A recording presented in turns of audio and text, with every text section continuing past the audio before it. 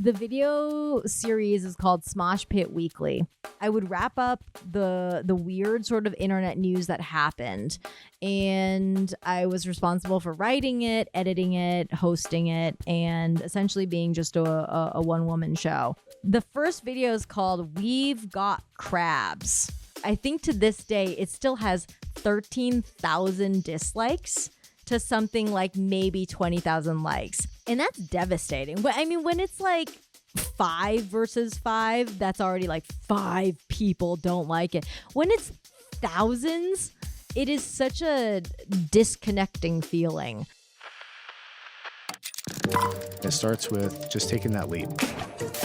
Man, you have to work hard. You have to be incredibly smart. Choose something that even if it fails, you are going to be proud of it. Doesn't matter how badly you got beaten in battle. Be kind, be kind, be kind. Become a better person, a better leader, the better business.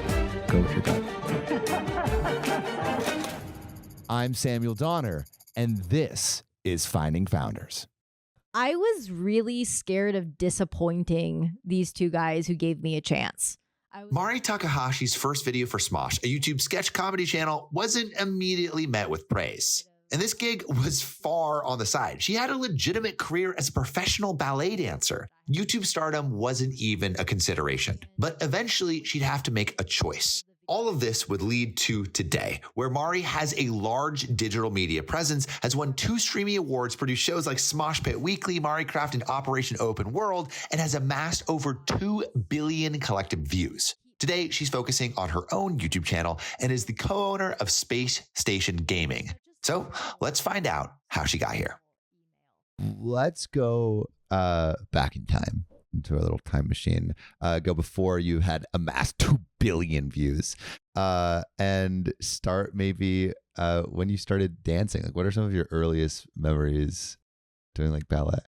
My earliest memory is of myself on stage, and I'm probably 4 years old, performing in the Nutcracker. It was a annual performance that I would do 16 shows in a year, and we would be on tour, and that's from when I was at the age of 3 years old. Wait, at 3 years old, you were doing 16 shows in a year? Yeah, and I was traveling around during that time. It was 16 shows in 1 month, and it was 3 months of training leading up to it. And so it was kind of this weird job that I had after school, traveling around with these like circus folks, basically, because they were just a bunch of vagabonds and dancers. How did school compare? Because it's like you're living these 2 lives, like one going to school like everyone else, and then the other like a professional performer traveling with like a troupe. Like, how did those how do those reconcile? They didn't. They didn't at all. It's weird being a kid. I feel like I had 2 different identities for most of my childhood and adolescence. For one thing, I went by my legal first name, which is an American name, at school, because the school told me we can't make the kids and the teachers call you Mari, because that's not an American name. So you have to go by a different name. What was that name?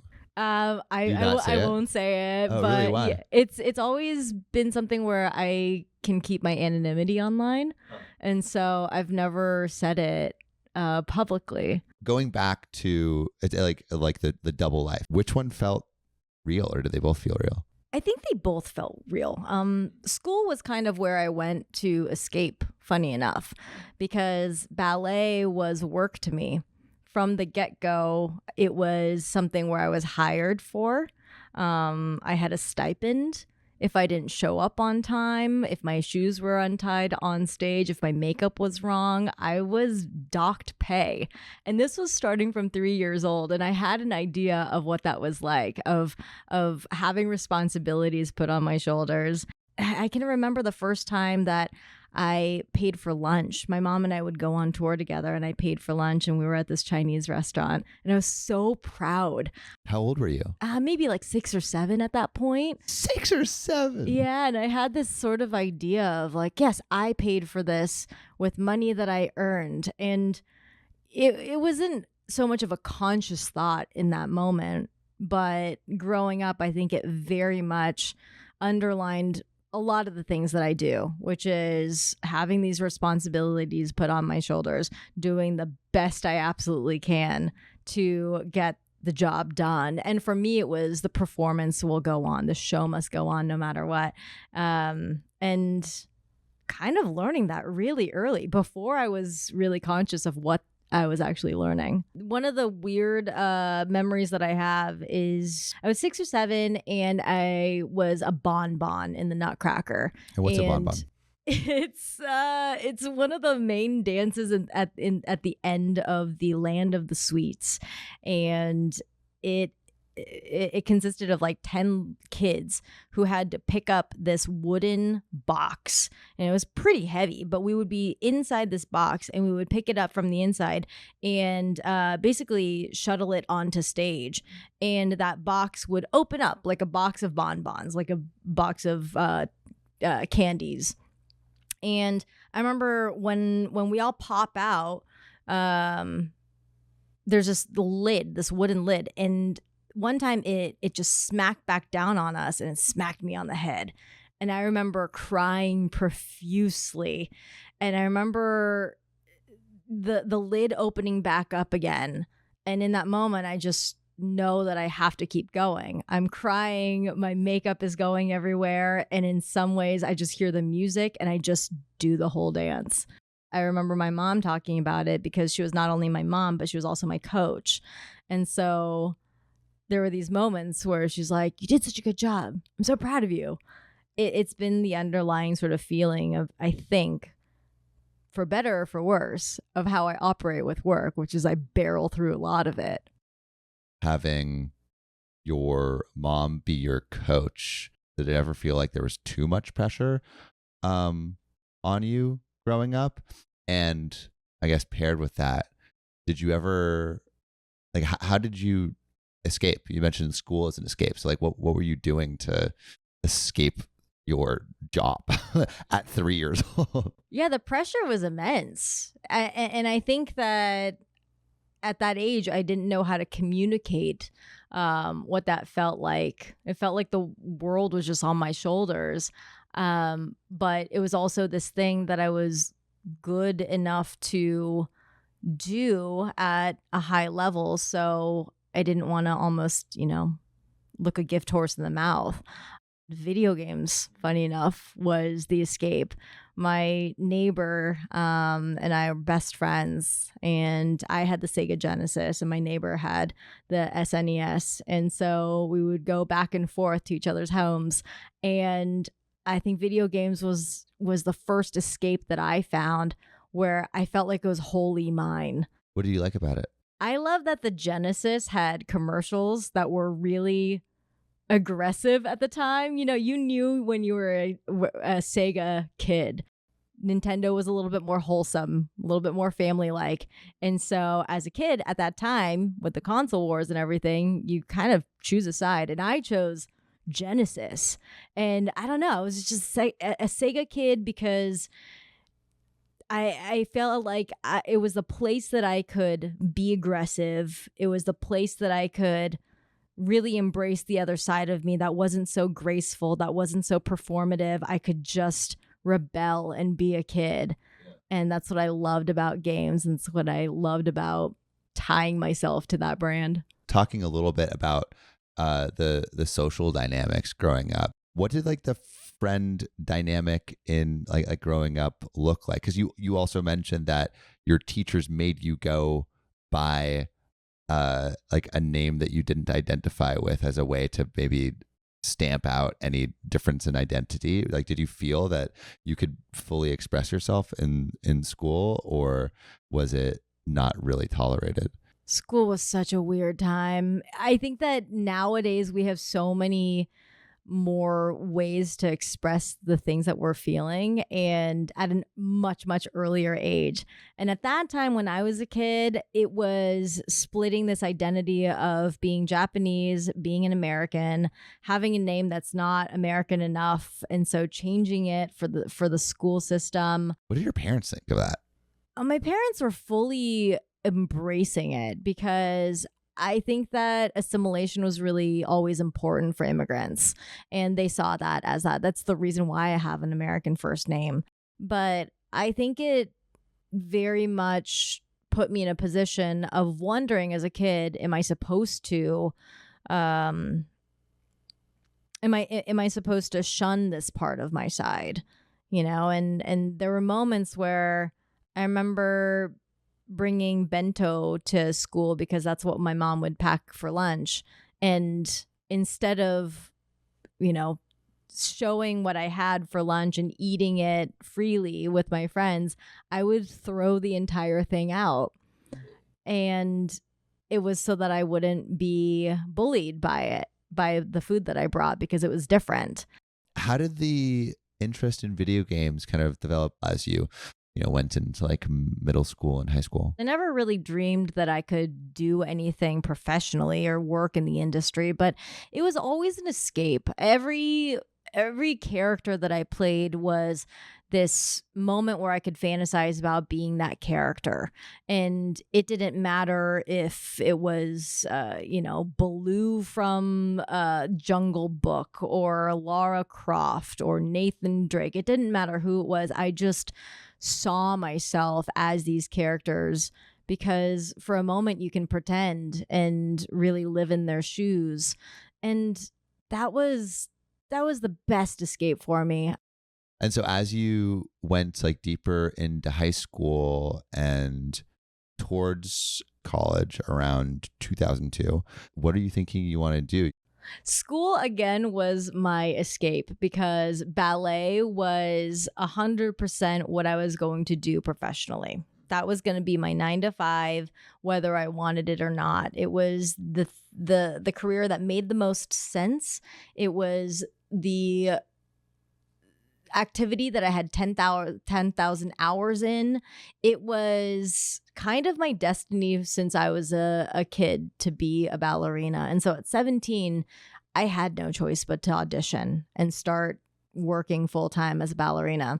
College was a luxury. It was something that I got to go to and pretend that I was a regular kid. Was this at St. Mary's or this was earlier than that? Earlier. I went to a community college and I also got into a state college, San Jose State, where I was able to declare my major. And my major was radio, TV, film, because I figured, it's a nice collective of things. It's liberal arts and who knows, it's something in entertainment.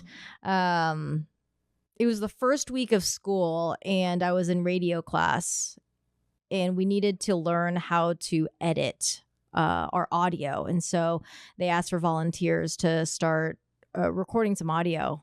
And it was just a couple of lines of dialogue and I was the first one up and I recorded my audio.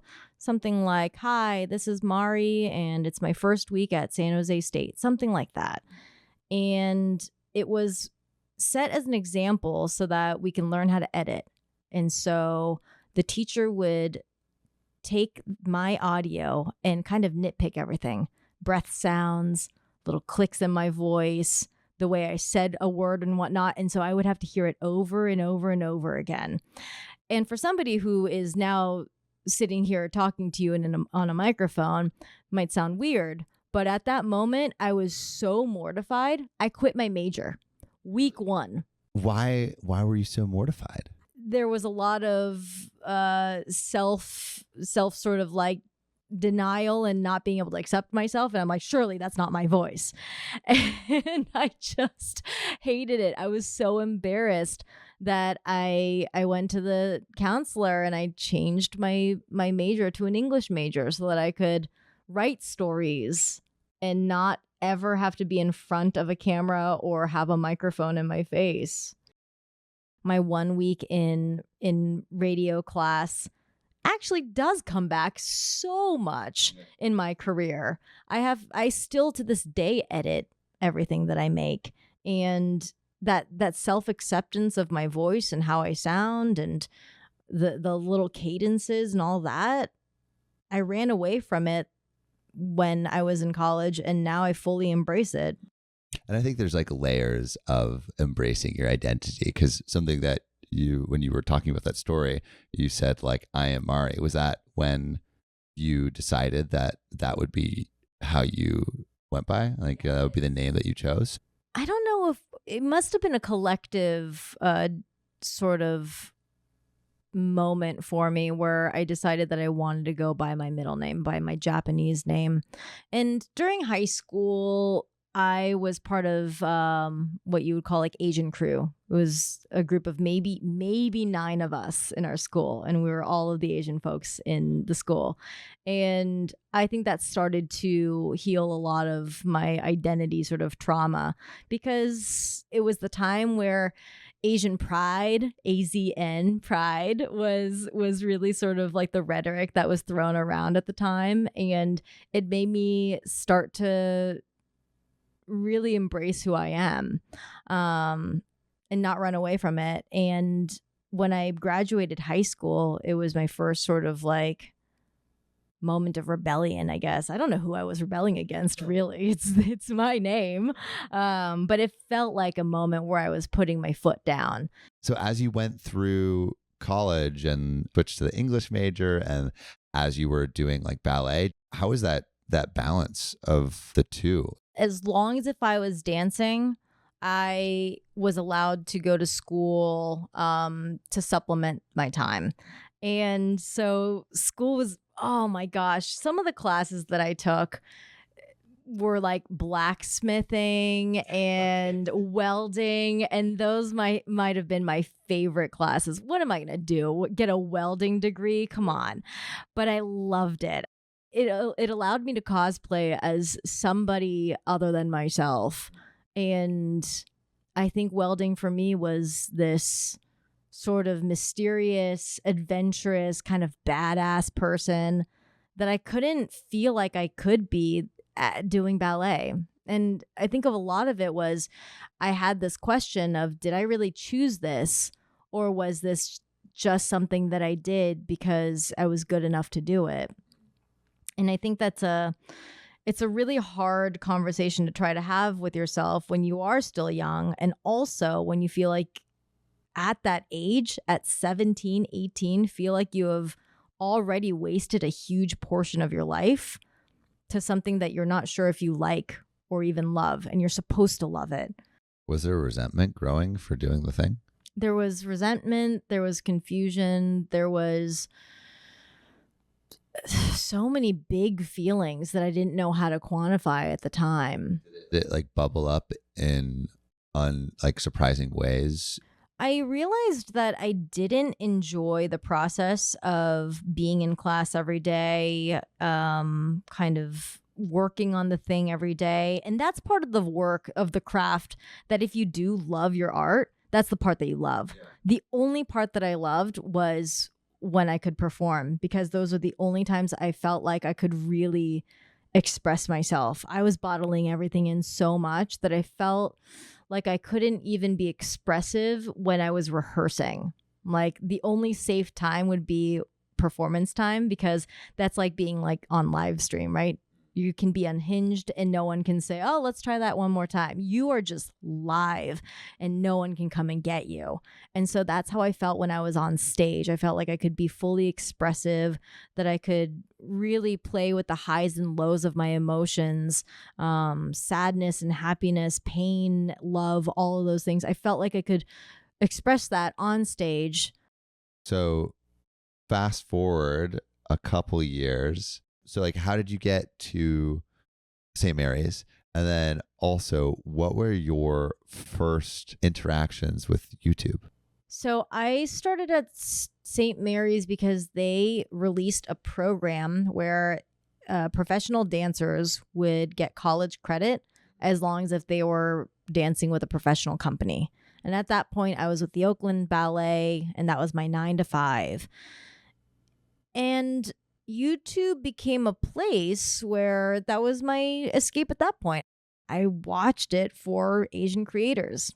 I watched it for people like Ryan Higa and Kev Jumba, Michelle Phan. She is a makeup artist and content creator at the time, and she was the first person that made me feel beautiful in my skin. Like I didn't have to change it, because for the first time I was seeing tutorials where it worked for my eyes. And I think up until then I was growing up reading teen magazines and following a lot of the makeup tutorials, and it would never look the way it's supposed to look on my eyes. And I didn't know how to make it work. What do you think was special about YouTube in those early days? I don't think I figured it out until I was really making content on it. But for me at that time, it was a place of kind of the misfits, people you wouldn't see on TV and film as the main characters of their life. And that's how I saw a lot of these Asian creators. I saw them as the main characters, not the sidekick who does a little bit of kung fu or the silent assassin on the side. I mean, they were funny, they were attractive, they were on the main stage. And it's funny because as a performer in ballet, yes, I found myself in those stages, but I could be anybody. It could be anybody in that costume. It didn't really feel like I was exposing myself as, me as this identity. It was me as this character, and it could be anybody in this costume. But when I was seeing YouTubers, I was seeing them in their own lives, their real lives, and they weren't shying away from who they were. When you were looking at these people, did you ever think back on your radio and television class and be like, maybe I should record something? Oh, absolutely not. I had zero audacity to think that I could be amongst any of them, because I saw them as entertainers that I get to watch. I never had the audacity to think that I would turn the camera on myself. If anything, I just saw so many talented people out there. So many people with talents who were not given a chance. And here's this weird little free website where you can put anything up on there. And sometimes it was folks who were just like me and just like my friends and people all around me who all of a sudden show off their talents, and they're just incredible. It wasn't seen as a career. It wasn't seen as a path of maybe this will become something. It was a weird corner of the internet where people could put up videos of their expertise, of their weird little art, and stories about their life that nobody else seemingly would care about. But it was a live diary, vlog, whatever you call it. I think we're getting back there now. Like, I don't know if you've seen, like, the pendulum is swinging back towards really raw videos. Right. I think that, YouTube used to be kind of church for a lot of us, where no one else wanted us. We weren't going to end up on television. We weren't going to be given a little Hollywood contract. So where do you go? You go to the free little website. And then it became a machine, a factory where videos can be pumped out, and, faceless folks can come in and just kind of use it for what it is. And I think there's a little bit of, like you said, that pendulum swing back of people wanting it to be church again, a little sanctuary where you put your little weird little art. Okay, so you were going through the status quo in 2010. How did shit hit the fan? I guess I was, in today's terms, living life like an NPC. But, it did very much feel like I was just relaxing into what my rest of my life is going to be, which is do ballet until my knees break, and then I'll teach ballet until I die. And that was kind of wow. That was the full scope of where I was going to go with my life. But I just didn't think that there was going to be any other route other than that. Are other people fine with that? I grew up with enough expats from Russia who very much were put into ballet because of their body type, and didn't love it for that reason. And I felt like I'm like, oh, that's my kin. Like I was called to this not by my own sort of desire to, but because I was called to it as a duty. And so as I grew up, I think I had a very sort of staunch understanding of what ballet was. And it was that. I'm like, this is my duty and this is what I'm going to do. And this is just the destiny of what my life is going to be. But in 2010, I don't know what happened. It was one of those sort of like eat, pray, love sort of years where I'll always remember as the year that I rebelled. Part of it was I remember reading a contract for one of the ballet gigs, and it said something about don't do any extreme activities, don't do scuba diving, jet skiing was on there, and I think something about hiking. And I was talking to a friend of mine who is 10 years older than I am, and she's kind of lived her life as kind of a vagabond. She was really cool. I met her at a bar, and she's like, well, my brother's a mountaineer. Do you want to come mountaineer with me and climb Mount Kilimanjaro? Wow. I've never gone on a hike before. And I pooled all the money that I had ever made with ballet, took my savings and dumped it into going mountaineering and going to Kilimanjaro. And that is how I started my 2010. I celebrated New Year's on the side of a mountain, perfectly happy in a tent with snow covering everything. And it was so quiet when 2009 turned into 2010. And this year was going to be a roller coaster. What was the actual feeling of climbing the mountain like? So they have a saying, and when I say they, I mean the folks who help you guide up the mountain, you know, porters and folks who do it every single day. And the saying is pole pole, which is slowly and slowly, which is how they want you to go up the mountain. Because unlike a lot of other summits around the world, it is over 19,000 feet and it is considered one of the 7 summits of the world. But it is kind of a giant hike. It is the most moderate of the summits. And so you just take it slowly and you should make it to the top. And it was really meditative. I remember going through a bunch of different climates. There was some desert, there was some lush forest, there was just barren land, snow, and then at the very top it's glacier. And so a lot of meditative sort of looking at the ground and where you're stepping and being intentional with where you're stepping.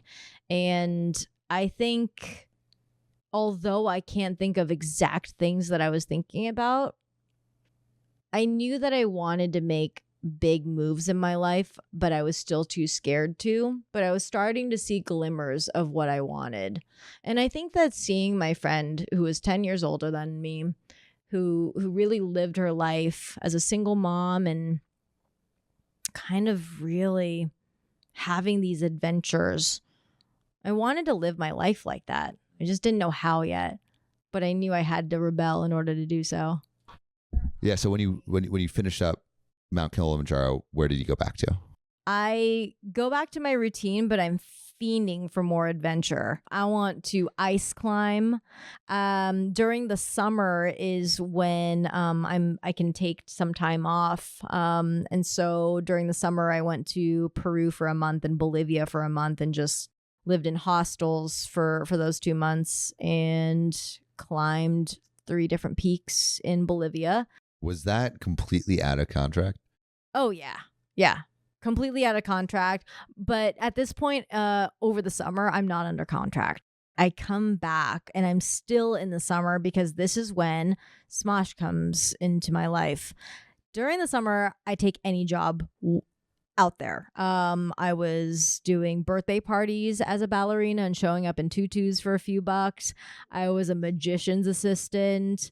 I would cosplay as a dermatologist at dermatology conventions and put on a lab coat and give speeches about whatever skincare that the booths were selling. I would just about scour Craigslist and take anything that I could find, because during the summer I'm unemployed. And so you're like, I need to make money. Yeah. So I'll do anything for, a quick $20 or whatnot. Between Kilimanjaro and then my summer in Peru and Bolivia, though I was hosteling it up. And so I was scrounging and taking anything. And one of those things on a Craigslist type of website for entertainers called SF Casting, San Francisco Casting, was a listing for something that paid $50 in Sacramento for a YouTube sketch video, and they needed somebody who spoke Japanese. And so I said, yep, that's me. I'll go up to Sacramento for $50. It'll pay for my gas and maybe lunch, and that's great. And so I submitted, and the next day I drive over the bridge, about an hour and some change to get there. And I think nothing of it. It's just another gig. And I show up, and it's these two guys named Ian and Anthony, and we're just doing a sketch that day. And I play a Japanese person going into the offices of Nintendo. Now, I don't really think too much of this because I didn't watch Ian and Anthony on YouTube. For as much YouTube that I was watching, I wasn't watching them. These two guys are Smosh. And at that time, Smosh is one of the biggest channels on the platform. It was the fastest growing and most subscribed to channel for a while, right? Yeah, I think they were the first one to get to 1,000 and 100,000. And then I think they were maybe the first to get to 10 million. So there was this total disconnect of who these guys were. But, you know, I had a great day on set, got along with them. I think I talked to Ian about his car because he had a Subaru, and that was like my dream car. I wanted a 2.5 RS. And we just got along on set.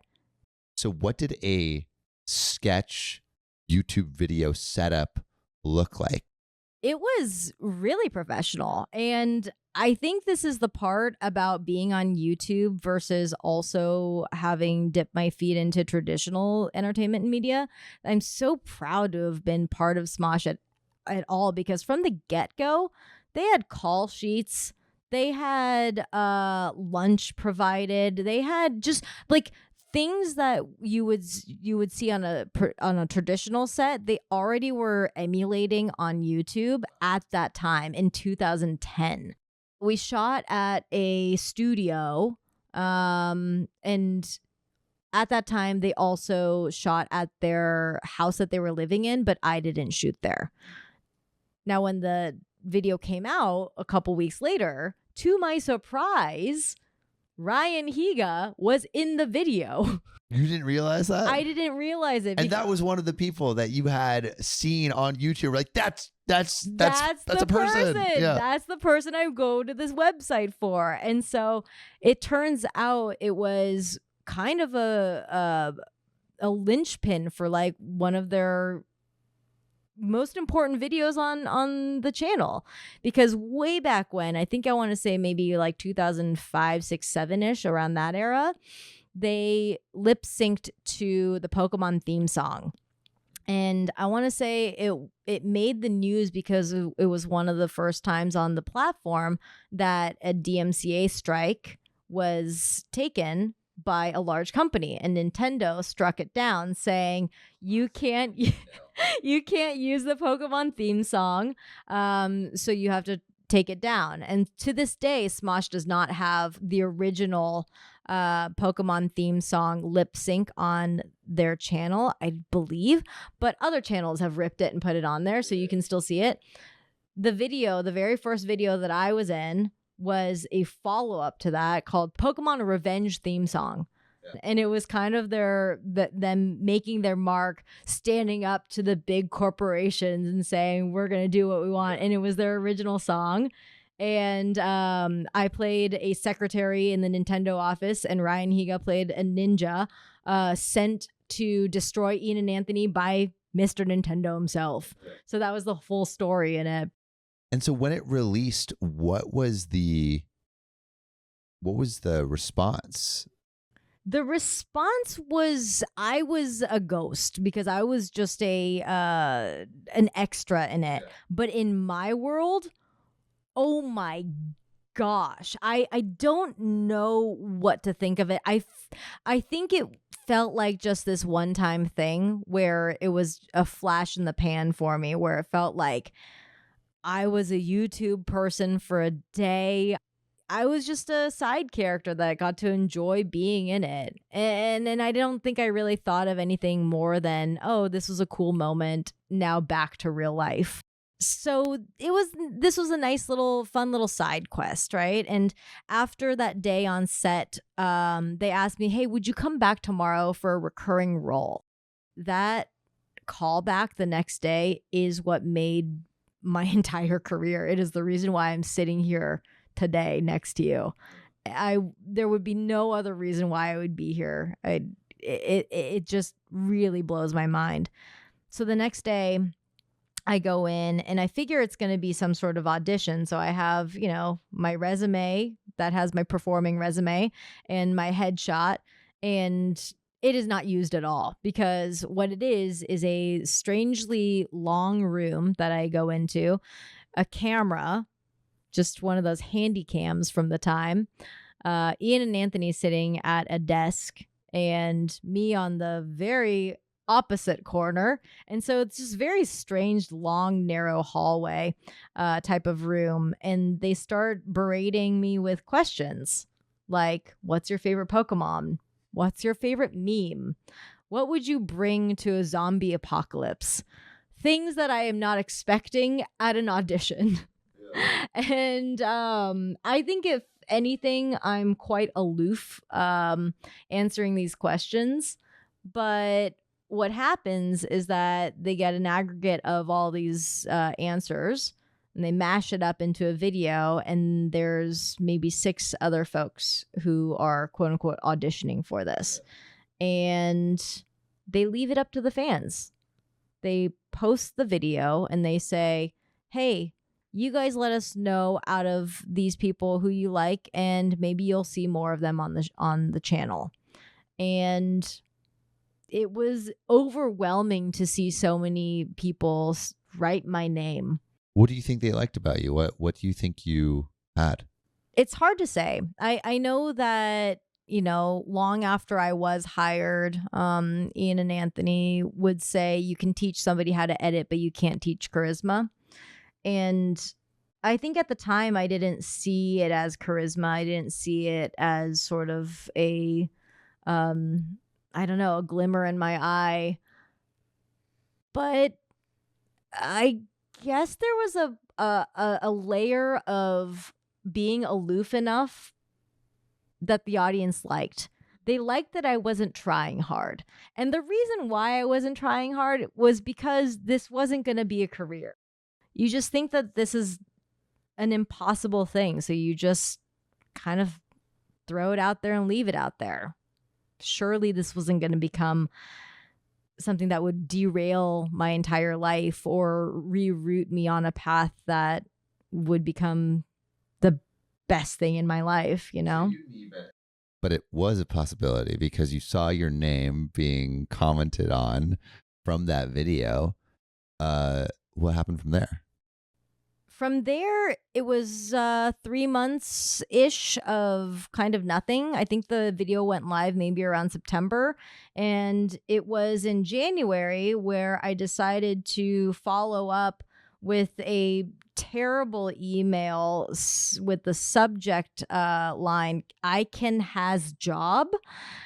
There was a meme back then, and I don't recommend people use a meme for possible employment, but it worked. I got an email back saying, oh, yeah, we kind of let that project sort of fall by the wayside, but thanks for the email. We'll kind of start conversations back up again. And I would say a week after that, I got a follow-up from that saying, hey, do you want to hop on a call on a meeting to see what this is going to be like? And I mean, it was happening kind of like a dream. I was making decisions without really understanding what the consequences were. I was taking the meeting and saying, yeah, sure, I can do a show and write it, record it, edit it, direct it, star in it. I did not know what that meant. Yeah. I had not done any of those things before, let alone host something. But you just say you can do it. And you're like, I'm smart enough. I can figure it out. I figured out everything before. Let's see if I can figure this out too. When I was editing, I was just scrapping together what I can. I was looking up tutorials, and it was like this 9-year-old who would greet me and say, "Hi, thank you so much for coming back to my tutorial." And I'm like, just teach me how to use the blade tool. It was such a moment of slapping things together and not understanding what rules I should be abiding by. And so therefore I was breaking all of them. And by doing so, I made something that was consistent to, I don't know, I think a second brain of mine, just how I saw humor, how I saw cuts happen. And so what were these videos that you made? Like, what was the show and what was the audience reception of the first couple episodes? The video series is called Smosh Pit Weekly, and which is now Smosh Pit, just the channel, which is like huge. Now it's what, 8 million or something like 9 million subscribers. Massive. Yeah, it was in its infancy then, and it didn't have consistent shows.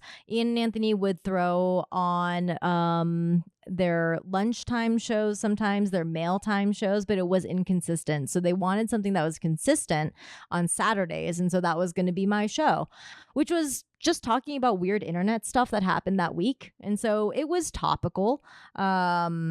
Originally, it was supposed to be me in pajamas, and I was supposed to just throw the covers off and do the whole thing from my bed, because it was supposed to be like Saturday morning, waking up, here's the news, and then I go back to sleep. That was the original idea of it, which I don't think I've ever talked about before.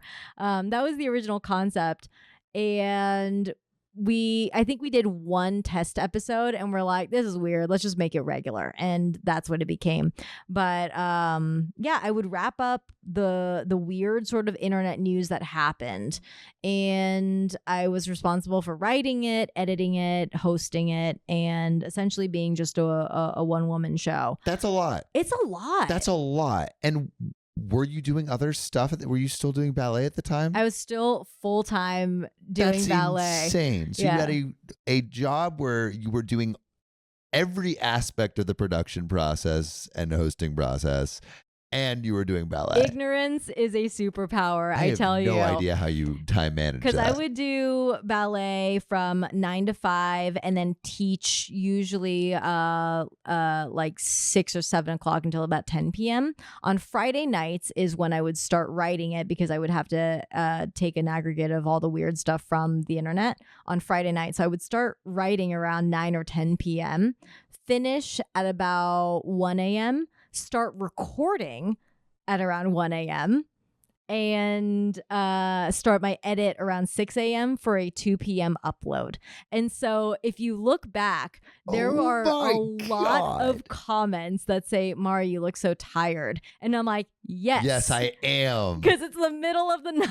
So speaking of the comments on those first few episodes, was the launch did it have a positive reception? Oh, I love that you ask this. It still to this day is a video series that makes me wonder how I got through those days.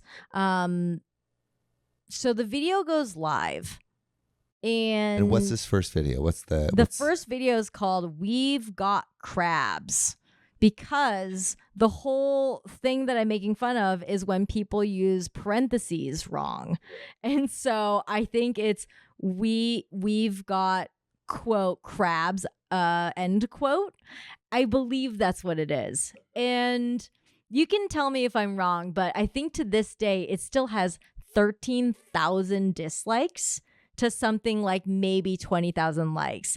And at that time in 2011, when you can see dislikes, it used to be a green bar for likes and a red bar for dislikes, which is something that is visceral to look at when it's fighting back and forth. And the Smosh audience was so divided. Was it so it was equal likes to dislikes? Oh, yeah. And they were going up fast. I mean, this isn't like putting up a video for the first time on YouTube and getting maybe like 40 views and it starting to rise and maybe hitting it was an instant. I mean, I think it hit something like 200,000 views within a couple of days back then. What were the comments like? So this is the crazy thing about that day. I hit upload and then I went to the mountains. It was already scheduled for me to go rock climbing that day.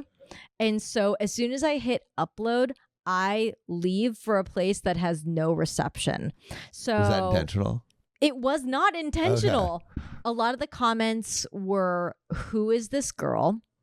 Because Ian and Anthony were a duo, and all of a sudden there's a girl who is involved on the channel. And so there was a lot of folks who felt protective of the channel. And so they were really mad about that. But I remember during that day, I would be on rocks, just the tallest rocks that I could climb on, and I would be standing holding my phone up to the sky to see if I could get any sort of input on how it was doing, just hoping that the dislike bar was getting lower and lower. And every time I looked, it was still right smack in the middle.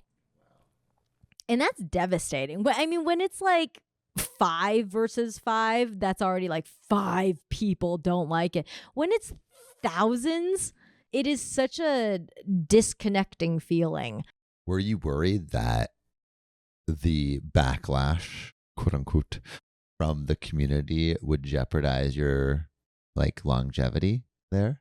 I was so worried, not so much because of my job or, you know, my job that was $50 a video. I was really scared of disappointing these two guys who gave me a chance. I was afraid of embarrassing them and their brand. I was afraid of not being sort of like the good performer that I have trained to be all my life. And within minutes of the video going live, and I still have this email, it's from Anthony saying, I thought the video was great. Don't worry about the audience. Just keep making videos and they'll come around. Don't feed the trolls. And it's such a simple email.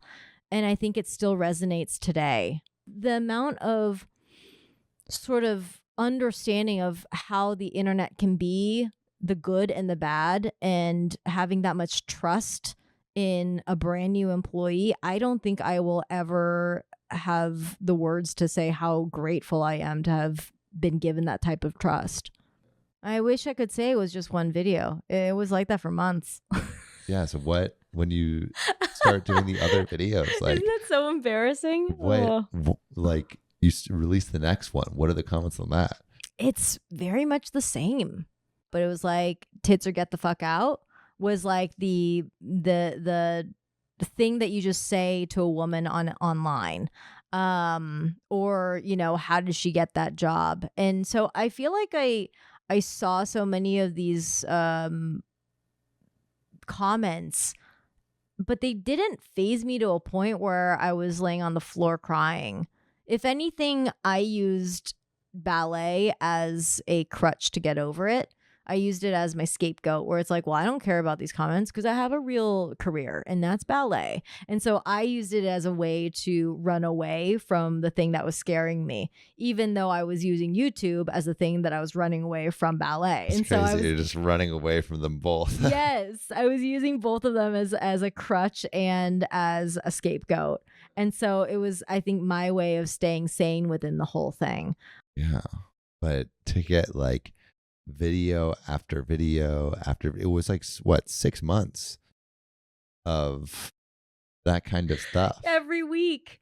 Every week. And why did you keep making stuff? Because I had a duty to. I am telling you, if this was my own channel, I would have stopped after the first video. And I think that is the part where it crushes my soul, because I know that there's a part of me that is that. And I also know that is somebody who would have given up after that first one, who wouldn't have given herself another try, because that that was the end of it. That was the internet speaking, and now it's time for me to sit back and be quiet. That is who I would have been if it was my own channel, but I had a duty to, because these two guys said we want a video on Saturday, so I said okay. But you know, I think it crushes my heart because I know there are probably so many creators out there who try the thing and get a fraction of the reaction that I got, or maybe it gets no views. Maybe it's disappointing because of so many different reasons, and they don't ever put out another video. And I think, you know, I wish I could say, oh, it was by my own will that I was strong enough to continue making those videos. But it was really because I wanted to do, you know, my due diligence and deliver a video that Ian and Anthony asked me to. And also that they believed that you could do. So when did the tide start turning? I would say somewhere around the fourth or fifth month mark is, I want to say, when the tide started turning. What do you remember about the tide turning? Like what did that mean? It was that green bar. And I think that as soon as the green started to overtake so much of the red that the red became a sliver, it just felt so nice. And at that point, I've won them over. Yeah.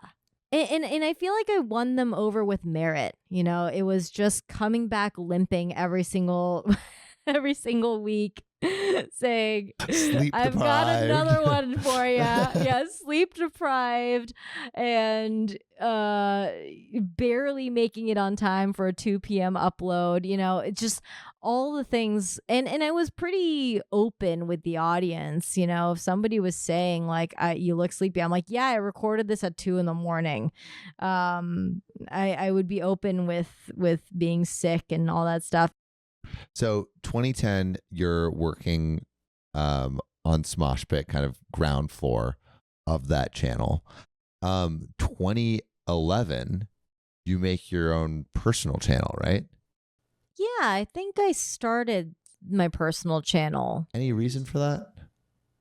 I think it was just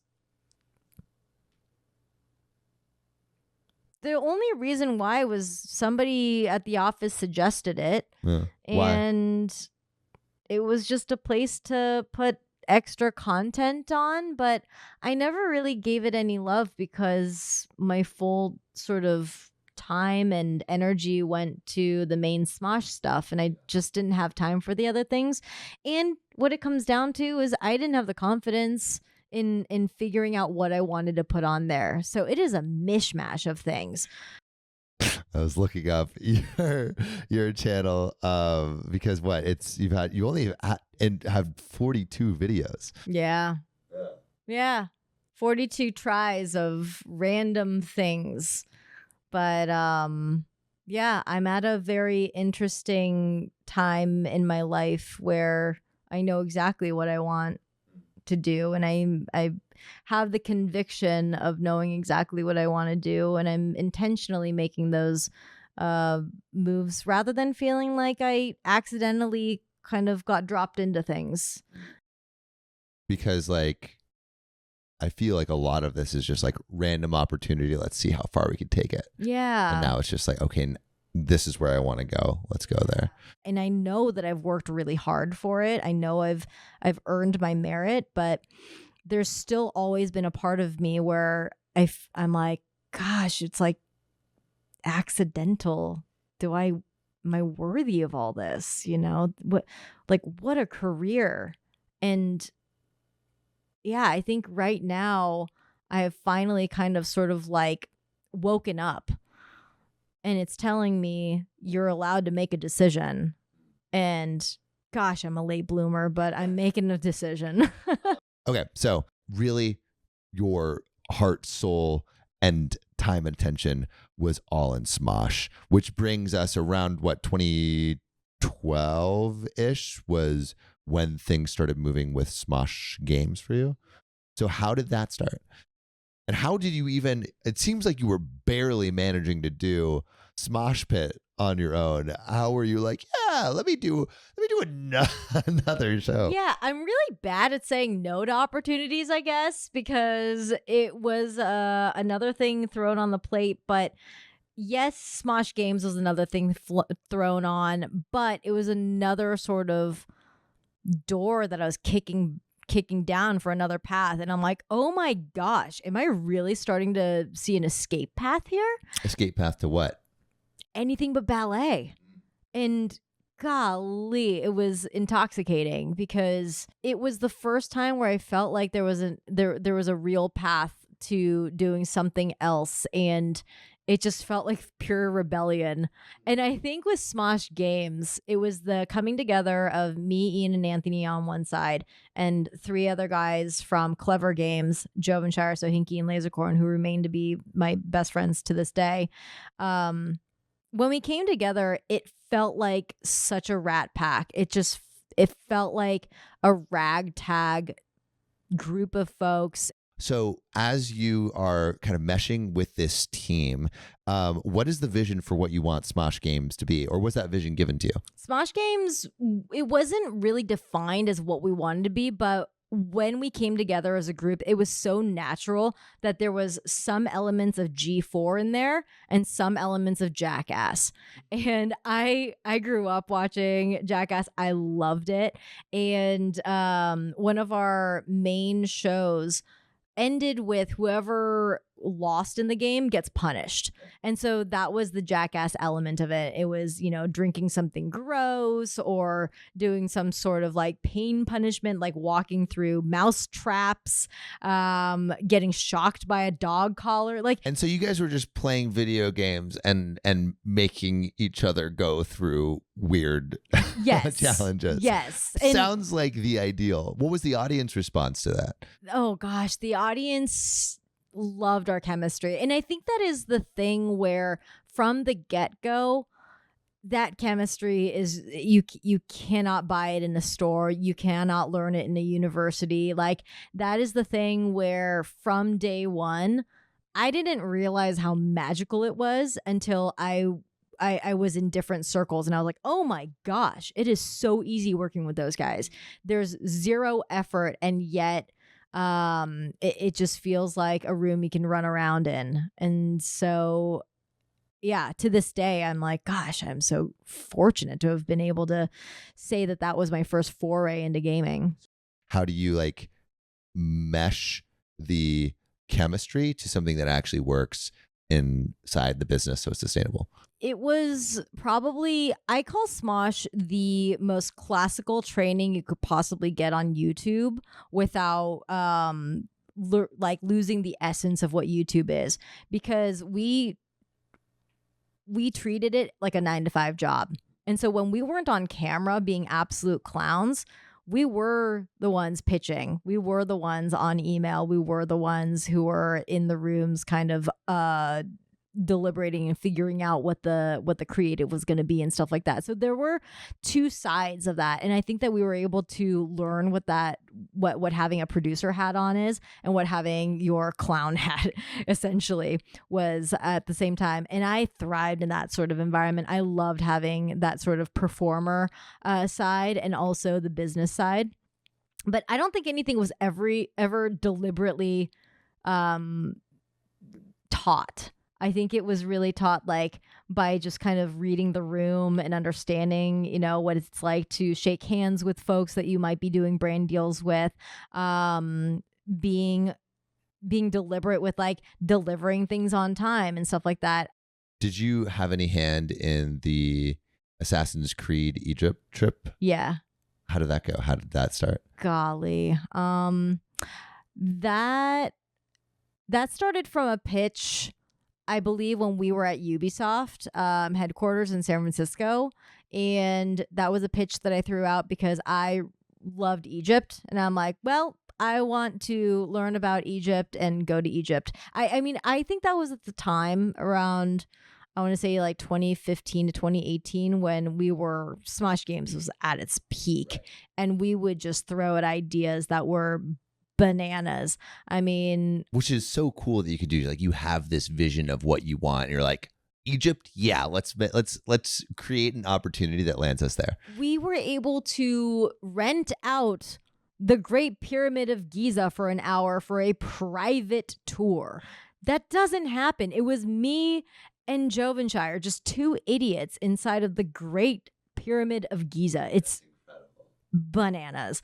Yeah, we would throw out our biggest ideas and just see what would stick. So up until 2015, it seems like Smosh Games is getting like increasingly more well-oiled, and the business is growing alongside that seed of natural chemistry that you all had.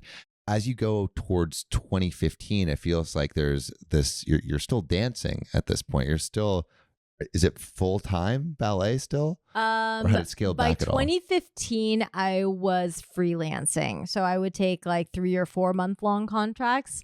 And I believe my times would be something like 10 a.m. to 2 p.m. And then I would teach from 4 p.m. to 10 p.m. So it was still pretty ridiculous. And then at what point was there, did it click that you're like, maybe I can commit to this thing fully? I wish that there was a moment. I honestly, it was always a question of whether or not this could be the full-time thing. And for so many years, every single year, it felt like, surely this can't be a thing that I get to do for another year. I felt like, maybe it's imposter syndrome or something, but I always felt like, somebody was just going to swing open the door and go, get back to your real life. You can't do this anymore. And run out and be like, okay, yep, you caught me. All right, back to the status quo. Every year that went by, it was still a surprise. And so 2015, the reason why I fully left ballet, retired from it, and moved to Los Angeles to do Smosh Games full time is because it was an ultimatum from the company. That's really? The only reason why. They said, you got to move to LA. We can't keep flying you out from San Francisco in order for you to shoot every couple of weeks. You got to come out here. And I said, okay. Was that an easy decision? It was difficult because my then boyfriend, now husband, had a great career in real estate where we lived. It was me really putting a barrier between me and ballet. It was not easy, but it was much easier because it came from somebody else. I think if it was left to me, I would try to juggle all of it for as long as possible. Who knows? Maybe I would still be juggling everything. Yeah. And so what was it like in your first like couple weeks in LA, now fully having committed to one thing? How I coped with it is I dug myself into work. It was a 9 to 5, and then we would stay from like 5 to 10 p.m. just playing games afterwards. And so it absolutely helped being in a new city, but already having a crew. And so I lived at the offices. And I would say as much as the incredible big things that we did on Smosh, Egypt, anti-gravity plane, trick planes, whatever. We did the biggest things. I would say the most memorable moments were the quiet times in the office where we were just playing video games with no camera and just spending time together. It sounds really special. Yeah. Yeah, sure was. So going from 2015 up until 2020, obviously a lot happens there. But what does it feel like year after year? I mean, what are some of the big milestones within the company and within what you wanted to creatively explore with those like 5 years of like full commitment to Smosh? I would say bigger and bigger projects, and just seeing how we can scale something like doing a Let's Play video that costs $0, considering we have all the equipment, and scaling it to something really, really big like international trips. I think that we were able to show that that's what we can do while still keeping the same sort of sauce. And I mean, we were doing fantastic things. And then 2018 hits and Defy Media crumbles. And that is something that is fully outside of our scope and understanding. Right before that, were you like getting recognized on the street and stuff? Like, were you getting like a name for yourself? I would say I would get recognized around like middle schools and high schools and Hot Topic, because that was a lot of our audience, that age range. But yeah, I mean, if we were out to lunch and if we were out to places like Disneyland and stuff like that, yeah, it was kind of a constant roll of, hey, are you guys Smosh Games? And it never really felt too weird. Our audience is just so nice. And yeah, this was a moment where it was high time as well that I landed myself a spot on Survivor. And so I was on season 33, and I believe that was like 2016 or 17, somewhere around there. It was amazing. Yeah. Oh, that's like a whole rabbit hole we can go down. But skipping over that, going to Defy. So like what happened with the company? The company filed for bankruptcy. And they owned Smosh. They owned Smosh. They owned Clever. They owned a bunch of large conglomerate sort of like IPs like that, as well as having a piece of a lot of YouTubers' channels like Matt Pat, for example. And they all of a sudden on a Friday were like, do not come in on Monday. We are folding. We are filing for bankruptcy. And, you know, I think there's a lot of still talk of what happened. Does that mean like just the YouTube channels would stop putting out videos? It means that the banks would have a hold of all of the YouTube channels. The banks? What would they even do with it? Who knows? At some point, I think they were trying to sell them as shell YouTube channels. So the way that I believe like the Dodo was created, like they took a channel that already had lots of subscribers and they just converted into a new channel.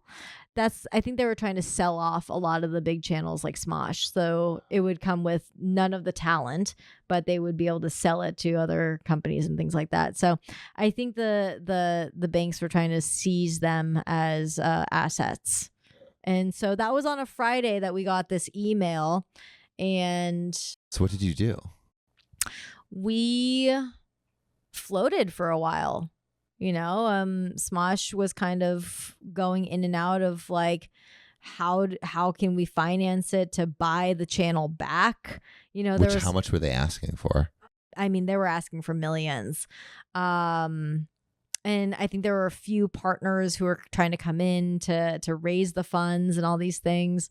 But, you know, buying the channel doesn't make a channel run. You still have to have employees. You still have to have a space. I mean, to run anything like Smosh, it takes a lot, and especially so for the just sketch. Stuck in limbo. And so for you, you're like, I'm going to just try to use my host skills somewhere else. So how did you end up landing Quibi? The Defy debacle was so widespread as far as something that everyone in the industry knew about, because it was just such a shameful, strange thing that happened. A lot of people's channels were essentially locked up, and so it made a lot of news. And because of that, I think the industry really came in like threw a lot of bones for people. And I know I got a lot of opportunities out of that, where it's just like, Mari's a free agent right now. This thing happened. And, you know, I kind of like sent out the bat signal where I'm like, if you're hiring, help. Yeah, please help. And so I feel like there were so many opportunities that came out of that, coming out of that year. And gosh. And Quibi was one of those? Quibi was one of those. I mean, I auditioned for Quibi, but I feel like my name must have been popping up because of all of the Defy stuff. You know, I worked a lot with Twitch that year, and You started like hosting for Paramount and Netflix. Yeah. What did that feel like? Because that's like a transition to mainstream media. Yeah, I think in a lot of ways it's just seeing the chronology of things. You know, I learned how to read off of a teleprompter with a homemade teleprompter that my dad made for me. Turning into, you know, a decade later, I'm working for Netflix, and I'm. What were you working on with Netflix? It was a show called Netflix Geeked, and it's basically a wrap-up show, very much like Smosh Pit Weekly, of wrapping up all of their geeky shows. But you know, I mean, I'm interviewing Zack Snyder, and yeah, like my co-host is Rahul Kohli, and like just the level has just bumped up to Netflix levels, right? So yeah, a lot of like, That's a massive opportunity. yeah, and really out of like the goodness of so many people. Yeah, why do you think you got that? So Netflix wanted Rahul to be a host, and his girlfriend recommended me because she knows me, and she's like, oh, I think Mari would play off well with Rahul, and that's really how my name got thrown in. So it is the goodness of people in the industry. So thank you, Alana. Shout out to them. Yeah. So you start doing all of this traditional media kind of interview stuff, Netflix, Quibi, Paramount. How does that transition into Space Station Gaming? Because that thing feels like a career in itself that you could just fully develop and run with, but you don't seem like you're a person who just does one thing. Yeah, it all kind of happened at the same time, and it's probably a condition of me putting so many irons in the fire. Talks with Space Station happened maybe 3-4 years before we put pen to paper. And gosh, the first time I saw Space Station was at Smite World Championships in Atlanta, Georgia. And I would go to Smite World Championships every year. And I saw Sean, who started Space Station, there. And I'm like, what are you doing there? And he's like, I've got a team. And I'm like, I'm an immediate fan. And so that was years ago. I want to say that was maybe 2017 or 18. And then we just kept running into each other at places. And, you know, I had this sort of nagging feeling of being in the games industry, putting out entertainment, and not feeling like I'm doing enough for the industry as a whole. I'm like, how do I create more opportunities for people? Because I'm having a great time here and I want more people to be able to feel this and experience this. And so having more and more talks with Sean, it turned into a conversation of like, why don't you be a part of Space Station? So what exactly is Space Station? So Space Station, I would say, is like the main hub. SpacestationGaming is a part of it.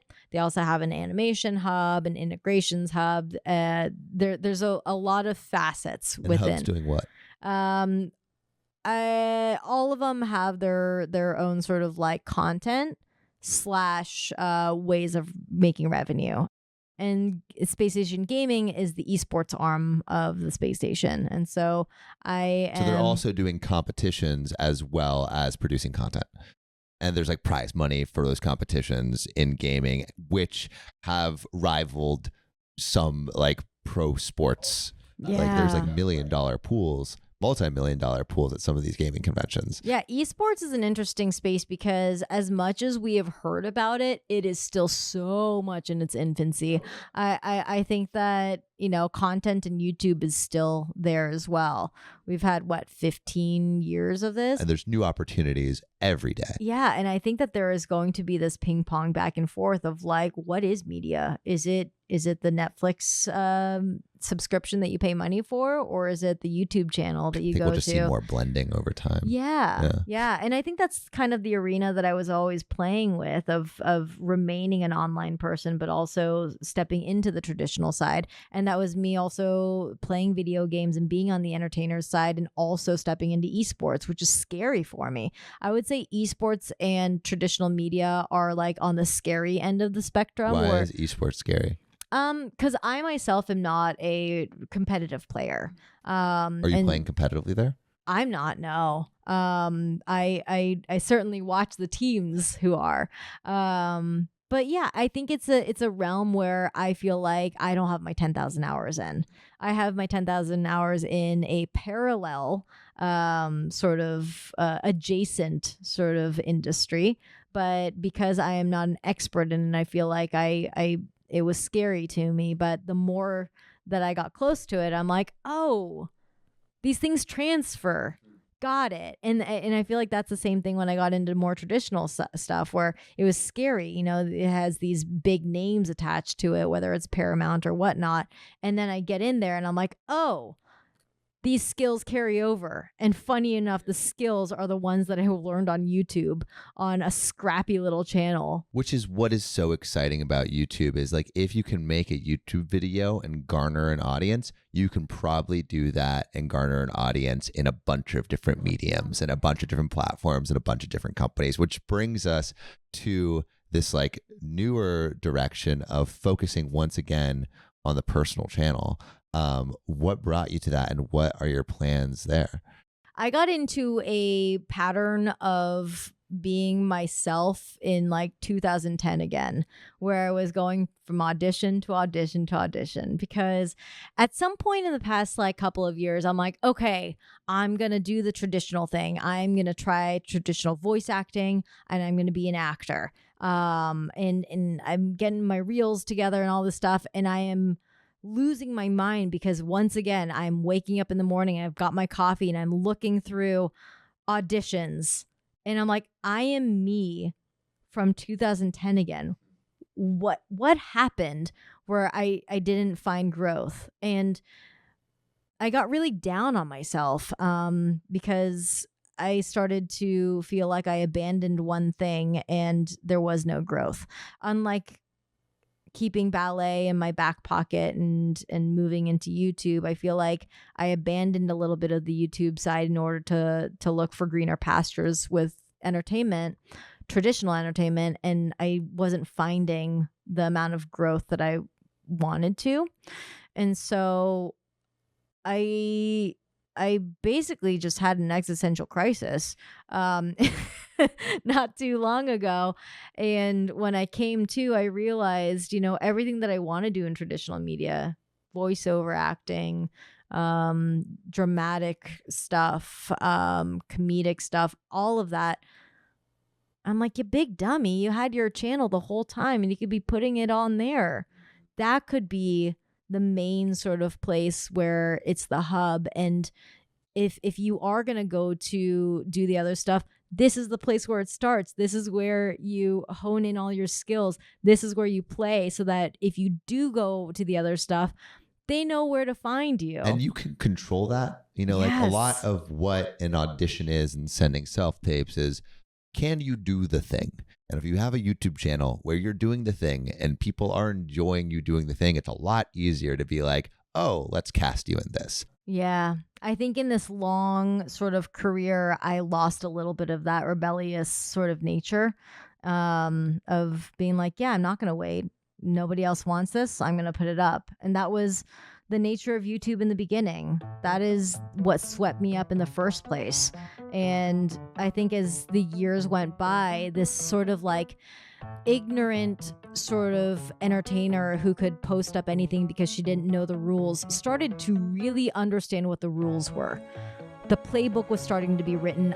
We were writing it. And all of a sudden, by knowing what the rules were, I think that I built walls all around me. And rather than being somebody who continuously, knocks them down, I built those walls so well that I didn't know what to do with it. But after I had that coming to, I don't know, something awakened in me and I just broke down that wall again. Now I'm a monster. Well, it's an exciting new green pastures to explore. So if you were to like give one piece of advice to someone's like, I want to start a YouTube channel, or I want to get into like entertainment, like what advice would you give that person? To do it. And if you feel like you are going to falter or lose steam because you haven't found that courage yet, find other people who find that courage in you until you believe it. Because it's a hard thing to try to muster up in yourself consistently. And if you surround yourself with people who lift you up, someday you'll believe it yourself. Thank you so much for listening. If you haven't already, make sure to subscribe, rate the podcast 5 stars, and share with a friend. If you have any questions or comments, DM us at Finding Founders Podcast on Instagram, LinkedIn, or Facebook. Finding Founders is produced and hosted by me, Samuel Donner. Our audio editing team lead is Ashley Jimenez, with support from Jessica Morales, Miley Lipton, Siyu Pan, Kenny Wright, Josie Yo, Matt Fernandez, and Merritt Hill. Our outreach and research team lead is Desiree Nunez, with support from Marissa Granados, Monica Lee, Sarah Tiersmer, and Yao Wu. To see more of what we're up to, subscribe to our newsletter at findingfounders.co. Thanks again for listening, and see you next week.